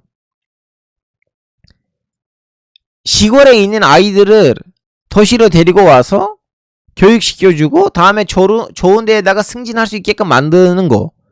그래서 여러분 무슬림 형제단이라고 하면 우리는 항상 좀 약간 한국에서는 살짝 좀 무식한 구질구질한 새끼들 아니야 라고 하실 수가 있는데, 사실은 무슬림 형제단이 이집트에서는 일종의 좀 어떻게 말해야 되는지 모르겠는데 좀 일루미나티 같은 똑똑한 의사가 무슬림 형제단 아니야? 시골에 있는 완전 깡촌 출신 촌놈 새끼인데 어떻게 이렇게 의사가 됐지? 무슬림 형제단에 밀어붙인 거 아니야? 뭐 이런 느낌. 수영님 정리가 안 돼서 아니고 애초부터 안 들으셔서 그래요. 애초부터 들으시면 이해가 되실 겁니다. 하여튼 그래서 좀 약간 사회적 기반을 완전히 잃지는 않았어요, 무슬림 형제단이. 그리고 나름 이제 잔학재단들을 통해서 사회에서, 이집트 사회에서 좋은 데에다가 자기 애들이 있었어요. 그러다 보니까 이제 당선이 됐는데, 근데 이분들은 큰 착각을 한 거예요. 큰 착각을 했어요. 당선되면 다 끝이야? 김영삼, 김대중, 그리고 노무현 한번 정권을 잡으면 끝이야? 눈치가 없어. 눈치가 있어야 돼요, 여러분. 정치인 눈치가 있어야 돼요. 김대중은 눈치가 있었어요. 사면했잖아요. 이분들은 정권을 잡자마자 바로 우리 뜻대로 갈 거야. 가서 이란을 방문했어요. 좀 약간 천천히 살살하게 가요. 옆에 있는 사우디가 있는데 살살하게 안 갔어요. 제가 너무 진짜 그 시절을 기억하거든요. 2011년인데 제가 그때 기자 시절이었어요. 제 새내기였어요, 기자로서. 제가 조마조마하게 봤거든요. 이대로 가면 군부가 쿠데타 할 것 같은데, 이대로 하면 쿠데타 할 것 같은데, 나 이렇게 보고 있어요. 이집트인 이슈를 볼 때마다 야, 걔네들 쿠데타 자극하는 거 아니야? 이거 뭐지? 야, 좀 살살 가. 나 이러고 있었어, 한국에 있는데. 이집트 사람도 아닌데. 왜냐면 이집트 군이 하나해가 필요 없어. 이집트 군이 이집트를 만든 모함메드 알리 파샤 시절 때부터는 원래 이집트가 없어. 이집트 군이 있어요. 이집트 군이 자기 땅이 있고 자기 기업이 있어요. 나라 망해도 이집트 군이 안 망한다니까. 자기 영토, 자기 기업이 있으니까 이집트 경제와 따로 놀아요. 이집트 군이. 예를 들면 내일 모레 우리나라의 경제가 흔들리면 군인들도 피해를 보게 돼 있어요. 왜냐면 군인들의 땅이 없거든요. 대한민국 군에. 다 월급을 받은 거잖아요. 근데 이집트 군은 물론 너 댓글에서는 대구 군부 같은 느낌이라고 뭐 그럴 수도 있어요. 저 대구 군을 잘 몰라가지고. 이집트 군은 모함메드 알리 파샤 시절 때부터는 완전히 뚜렷하게 조직화를 제대로 만들어가지고 자체적으로 만들었기 때문에 이집트 군은 그렇게 좀 뭐라 해야 되나 나라한테 영향 잘 받은 집단이 아니에요. 하여튼 그러다 보니까 이제 이분이 정권을 잡았지만 세속주의자들이 엄청 많이 시위를 벌였어요. 시위를 벌였으면 좀 약간 가서 협상도 하고 쇼부도 치고 이렇게 해야 됐는데 쇼부를 안 치고 말 안 들었어요. 물론 또 일설에 따르자면 저도 잘 모르겠어요. 에르도안이 좀 부추겼다고 하는 말도 있어요. 에르도안이 걱정하지 마. 너 뒤에는 국민이 있어. 쿠데타가 일어날 수가 없어. 걱정하지 마. 너 끝까지 가. 에르도안의 아들도 수사 받을 때 도망갔었거든요. 도망갔을 때는 이집트 여권이 있었다는 설이 있어요. 2013년 때 에르도안 아들이 수사를 당했어요. 비리 수사. 그때는 이제 경찰을 회피하려고 도망갔거든요. 사실 그때는 경찰이 에르도안의 아들을 잡았고 그 영상이 포착이 됐었으면, 에르도안의 아들이 감옥에 들어간다는 영상이 포착됐었으면 에르도안이 그렇게 힘이 없을 수도 있었어요. 그때 이제 아들이 조지아로 도망갔는데 그때 이집트 여권으로 도망갔다고 합니다. 여튼 에르도안의 말을 듣거나 아니면 본인들이 스스로 그렇게 판단했거나 잘 모르겠는데, 세속주의자들의 그 시위 그리고 군부의 불편함을 느끼면 눈치 안 채가지고 나는 내 뜻대로 가겠다고 했는데 이집트에서 쿠데타가 일어나고 이분이 감옥에 들어갔고 안타깝게도 감옥에서 죽었습니다. 이분이 이제 그렇게 되니까 무슬림 형제대나 본부가 이렇게 됐습니다. 여러분, 이거 왜 안 고지나? 이집트에 있는 본부예요. 그래서 무슬림 형제단이 어떻게 됐어요? 불법 집단이 됐어요. 특히 2013년에. 이집트의 봄이 오래 걸리진 않았어요. 한국 사람들의 제일 큰 착각. 서울의 봄. 그러면 다른 나라의 봄도 좋았을 거야. 한국의 봄이 좋은 거지 딴 나라의 봄이 그렇게 좋지는 않아요. 감사할 줄 아세요, 여러분. 한국이 진짜 이때까지 이 정도로 왔다는 거 진짜 감사할 일이에요. 여러분 자기 윗세대들한테 군인이든 기업가이든 아니면 사회운동가이든 아니면 시민단체 일원이든 그 모든 사람들한테 우리는 감사해야 돼. 나라가 이때까지 잘 왔어. 봐봐, 이집트 어떻게 된 거예요. 하여튼 2013년에는 이제 완전히 이제 불법이 됐고, 다음에 지도자를 몇 번 바뀌었는데 지도자가 생길 때마다 이제 마지막 합법 지도자예요, 이분이. 이분도 14년인가 그때 감옥에 들어갔다는 걸로 알고 있어요. 지금은 무슬림 형제단에 공식적인 지도자가 없어요.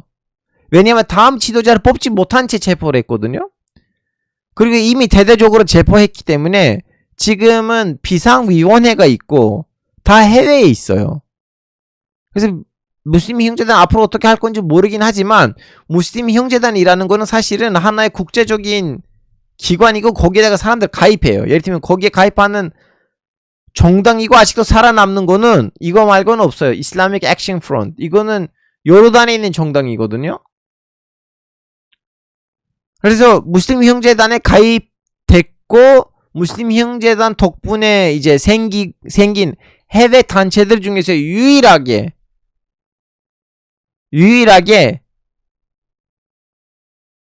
살아남은 거는 요르단에 있는 무슬림 형제단이에요. 나머지 다 날라갔어요.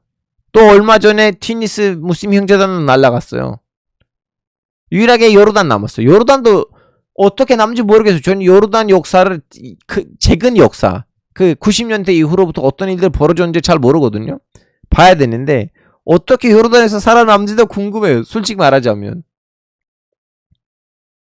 지금도 국회에서 몇 명 국회의원이 있어요. 무슬림 형제단인데도. 요르단권은. 자, 여기서 이제 핵심이 뭐냐면, 여러분 이거 이 얘기도 하고 마무리하고 좀 질문 있으시면 물어보시고, 없으시면 이제 방송 마무리할게요. 마트당 남아있는 나라가 없어요. 마트당 날아간 지 꽤 오래됐지. 뭐 시리아로 생각하시면 오케이인데, 뭐 시리아? 마트당? 시리아 어느 정도. 마트당도 갔어요. 여러분 마지막 얘기가 뭐냐면, 2013년에는 아시다시피 골프 국가들이 집중적으로 무슬림 형제단에 공격했어요. 지금 정당이 없지만, 공식적인 이렇게 정치적인 세력이 없지만 무슬림 형제단이 많이 있는 데가 어디냐면 카타르하고 바흐레인이에요. 카타르는 그건 아시죠, 왜 있는지. 카타르는 다 온갖 데 있으니까.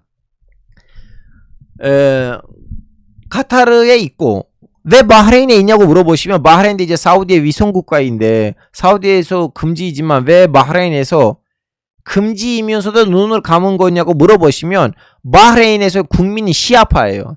그래서 시아파 국민을 경제시키려고 무슬림 형제단이 필요한 거예요.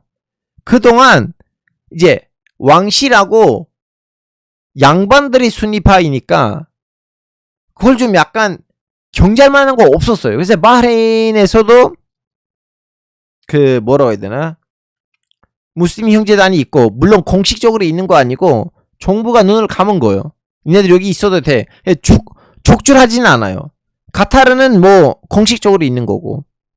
근데 사우디하고 아랍에미레이트, 특히 아랍에미레이트, 특히 쿠베이트는, 특히 아랍에미레이트는 거의 적줄하듯이, 거의 방공, 뭐 6.25 직후에 있는 방공 잡듯이 무슬림 형제단을 잡고 있어요. 그 이유가 뭐냐면, 저도 이런 것들을 몰랐거든요. 여러분, 무슬림 형제단의 서류들이 밝혀진 거예요.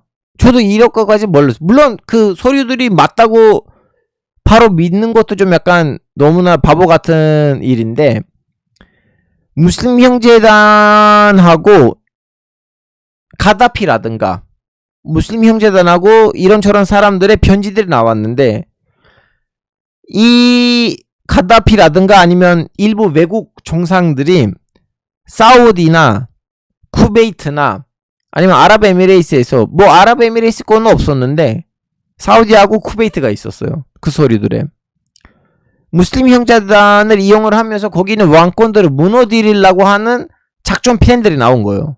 얼마나 많은지 모르겠어요. 뭐 뻥칠 수도 있는데, 근데 제가 봤던 기사들로는 거의 너무 좀 약간 뚜렷한 증거들처럼 나와요.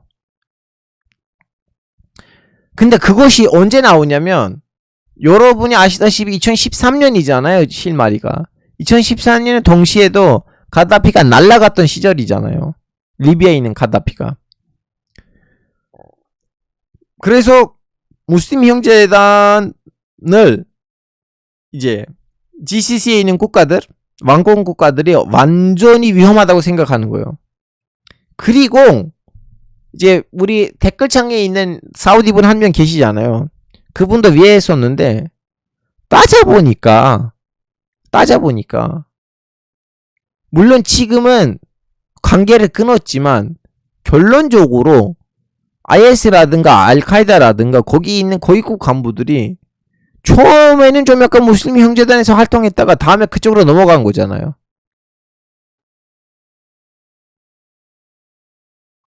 그리고 거길로부터 자꾸 문제가 생기잖아요. 그럼 이건 문제나.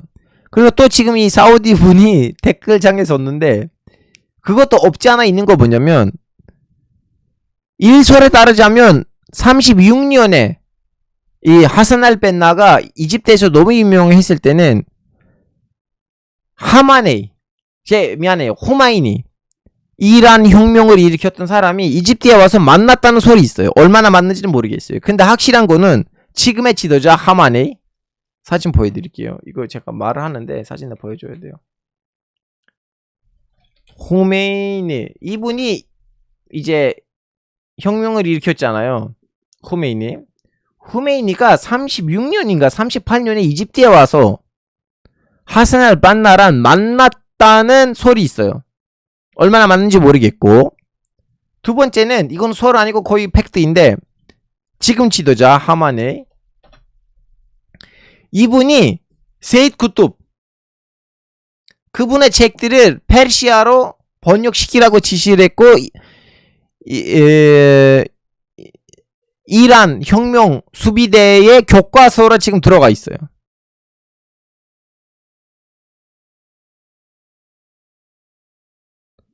그래서 무슬림 형제단하고 이란 사이에는 신기한, 보이지 않는 관계가 있는 것 같기도 한데, 동시에도 무슬림 형제단의 이 사고 마인드가 또 이란이랑 부딪히는 거 없지 않아 있기도 있어요. 왜냐면 하나는 시아파이고 하나는 순니파예요. 그래서 좀 약간 애매모호한 관계.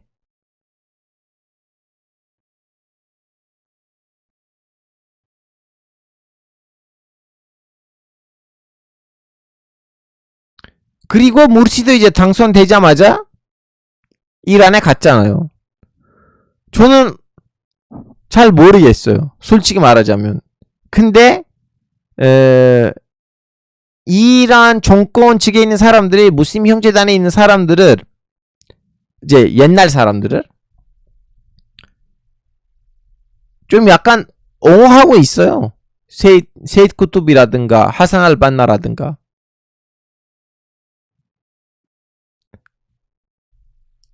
저한테 이제 개인적으로 물어보시면 제가 말레이시아에서 맨 처음에 무슬림 형제단 사람 제가 말레이시아에서 만났어요. 첫 무슬림 형제단 본 사람은 말레이시아에서 만났고 말레이시아 사람이었어요. 왜냐하면 무슬림 형제단에 말레이시아 판도 있어요.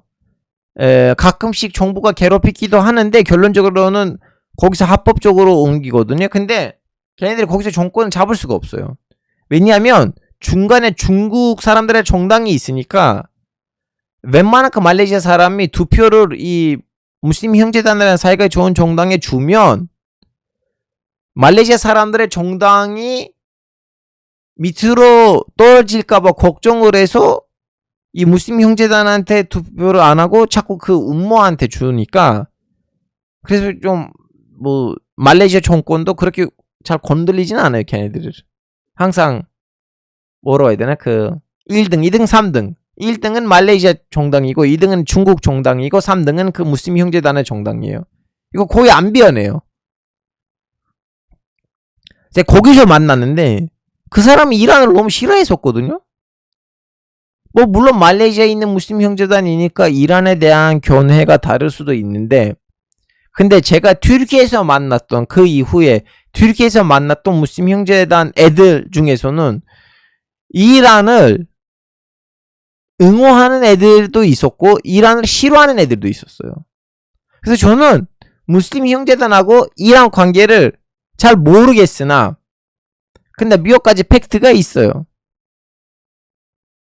그 이란 혁명 측에 있는 사람들이 무슬림 형제단의 장시자들이 쓰는 책들을 자기 주종자들한테 읽으라고 번역을 하고 추천한다는 거는 그 없지 않아 있어요. 이거는. 근데 얼마나 뚜렷한 관계가 있는지 모르겠어요. 저는 잘 납득이 안 되는 거는 다시 말하자면 종파적인 부분이에요. 왜냐하면 무슬림 형제단의 사상으로 따르자면 선출된 사람이 지도자 돼야 돼요. 근데 이란에 있는 시스템에서는 선출된 사람이 지도자가 아니잖아요. 야, 이 사우디 분이 하는 말을 드디어 제가 좀 인정하는 부분이 나왔네. 그동안 내가 하는 말들하고 그분 했던 말들이 너무 항상 정반대가 됐는데 처음으로 100% 인정하는 말이 있어요. 이슬람은 종교이고 이슬람 국가는 정치적, 경제적 이익을 추구하는 정치 국가입니다.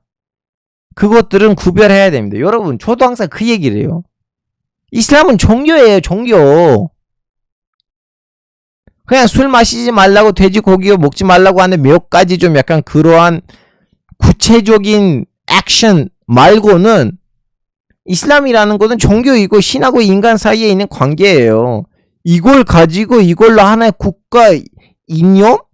이데올로기 만드는 자체가 이슬람에게 큰 배신이라고 생각해요. 이건 종교야. 이걸 가지고 도덕심 아니면 좀 약간 수행, 도를 깨닫는 거 그런 거 나와야 되는데 이걸 가지고 국가 모델을 개발하려고 하는 자체는 이슬람에게 큰 배신이에요. 왜냐하면 네가 개발하는 그 국가 시스템을 내가 안 받아들이면 나는 이겨도 지급을 받잖아. 무슬림들이 다 맞아 코란에서 술 마시지 말라는 얘기 있어. 이걸 누구도 부정하진 않거든요. 왜냐하면 코란에 술 마시지 말라는 내용이 있어. 이걸 누구도 여기에 대해서 의견이 갈리진 않아요. 근데 내가 생각해봤는데 이슬람을 통해서 이런 식으로 나라를 만들어야 돼 하고 하나의 국가 시스템을 만들어놔. 근데 나 이거 문제인데 하면, 야, 너 이슬람을 비판해? 이렇게 되는 거야. 여러분, 세이드 쿠투브 책에서는 말 자체가 좀 약간 가격적이진 않았는데, 근데 너무 쉽게 과격화가 될 수가 있어요. 그래서 저는 좀 약간 위험하다고 봤죠. 그분도 원하지 않겠죠? 사람들을 가서 죽이는 걸, 아니면 괴롭히는 걸. 그리고 어차피 그 사람이 교도소에서 불쌍하게 죽었잖아요. 정치적으로는 종교에 대한 신성 모독으로, 다음에 못 읽었어요. 반대 발을 숙종하는 수단으로 쓰는 것? 뭐 그런 나라들도 없지 않아 있겠죠. 무슬림 역사에는 마녀 사냥 같은 일이 없었죠. 지금 무슬림 형제단은 마녀 사냥 당하는 거 아니에요? 이집트에서 조그만 무슬림 형제단 의심되면 바로 감옥에 들어가요. 여러분, 저는 무슬림 형제단의 사상을 찬성하진 않지요. 반대하죠. 근데 그렇다고 해서 그 사람들이 좀 약간 억울하게 당하는 것도 좀 문제가 뭐냐면, 중동에서 그 어느 국가도 민주주의를 어떻게 말해야 되나, 예를 들면 이렇게 말씀드릴게요. 여러분, 지금 싱가포르에서 법주주의하고 시스템이 너무 잘 되잖아요. 근데 세습이 된 거예요. 근데 누구도 세습에 대해서 뭐라고 하지는 않습니다. 맞죠? 중동에서 이슬람주의가 민주주의를 통해서 정권을 쟁탈하면 이 나라가 망할 거야. 그래서 나는 독재를 갈 거야 라고 해서 독재자가 됐던 그 아랍 지도자들이 싱가포르처럼 나라를 법주주의하고 경제적으로 발전시켰으면 오늘날에 이 문제들 없었을 거예요. 무슨 말인지 모르겠어요. 한국의 좋은 점이 뭐냐면, 한국에 있는 군인들이 정권을 잡았고 나름 독재도 했고 사람도 죽였는데, 동시에도 좀 약간 나라를 발전시켰어요. 중동 독재자들이랑 좀 차이가 있다는 거 인정하시겠죠, 아마도. 그래서 오늘날의 나라가 이렇게 잘 된 거예요. 그 국민을 탄압하는 수준이 한 레벨 2 업그레이드였으면 한국도 필리핀이나 아니면 뭐 미얀마처럼 될 수가 있었어요. 근데 또 군인들이 그 정도 안 했던 이유가 뭐냐면, 독립운동 자체가 한국 엘리트들을 좀 약간 그렇게 않게끔 만드는 거죠. 그래서 일본 식민지 시절 때 한국 사람들의 그 독립운동이 일본 상대로 투쟁도 있지만 동시에도 일종의 교육운동이었기 때문에, 그 서예에서 그런 말이 있어요. 그 서예 아시죠? 그 글자를 잘 쓰려면 첫 핵부터는 잘 써야 돼요. 그러니까 이 단추가 애초부터 잘 이렇게 돼야 되거든요. 그래서 한국의 독립 과정부터는 그 단추가 잘 끼었기 때문에 쭈르르 내려간 거예요. 물론 뭐 중간에는 민족 분단 자체가 좀 약간 문제이긴 한데, 근데 그것도 잘 또 이겨냈어. 여기 쭉쭉 가다가 여기 좀 꼬여오는데 또 밑에는 잘 내려가.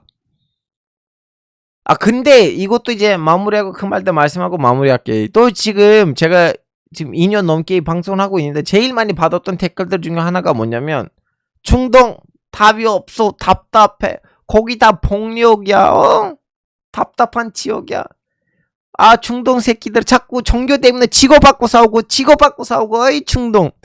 여러분, 이 폭력의 기본이 중동 국가들이 아직 민족 국가를 만들지 못해서 그래요.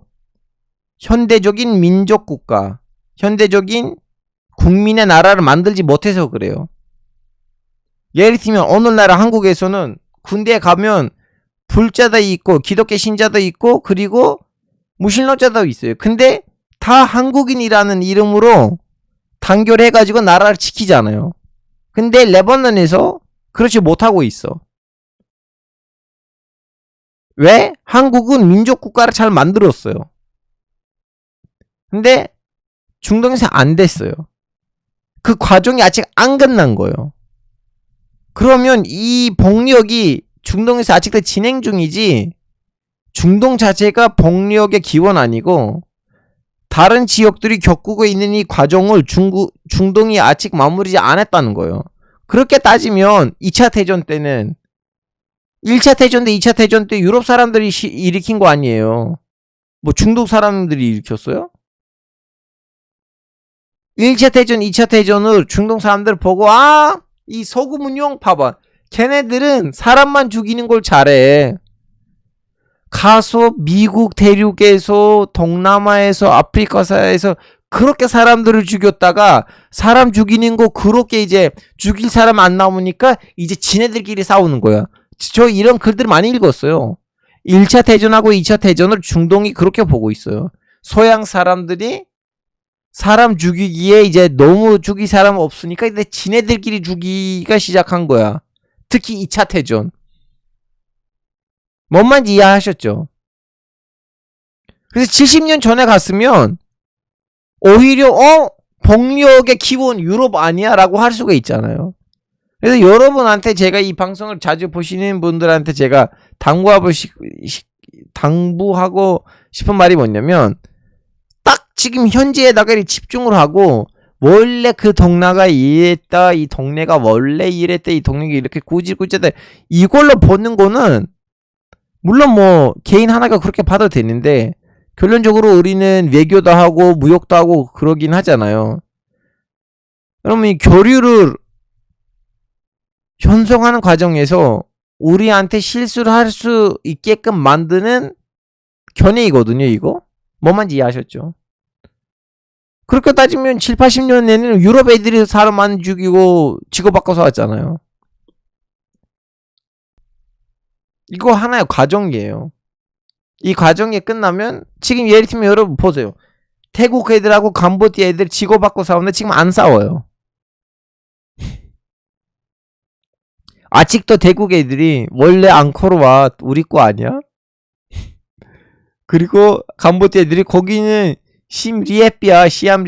림시압인가 뭐야. 태국 애들이 지는 데잖아. 근데 안 싸워. 끝났어 이제. 끝났어요. 태국은 그 동네 경제 일진인데 가서 캄보디아 땅을 뺏어가진 않잖아요 지금은. 앙코르왓 가지고 가진 않잖아요. 그리고 또 이스라엘 임팩트도 빼놓을 수가 없죠. 그냥 종교는 없애는 게 맞습니다. 종교로 인한 전쟁이 너무 많아요. 인간 새끼들이 종교가 없으면 딴 걸 가지고 싸우지 않다고 생각해요? 그러면 무신론자 캄보디아하고 베트남 왜 싸웠지?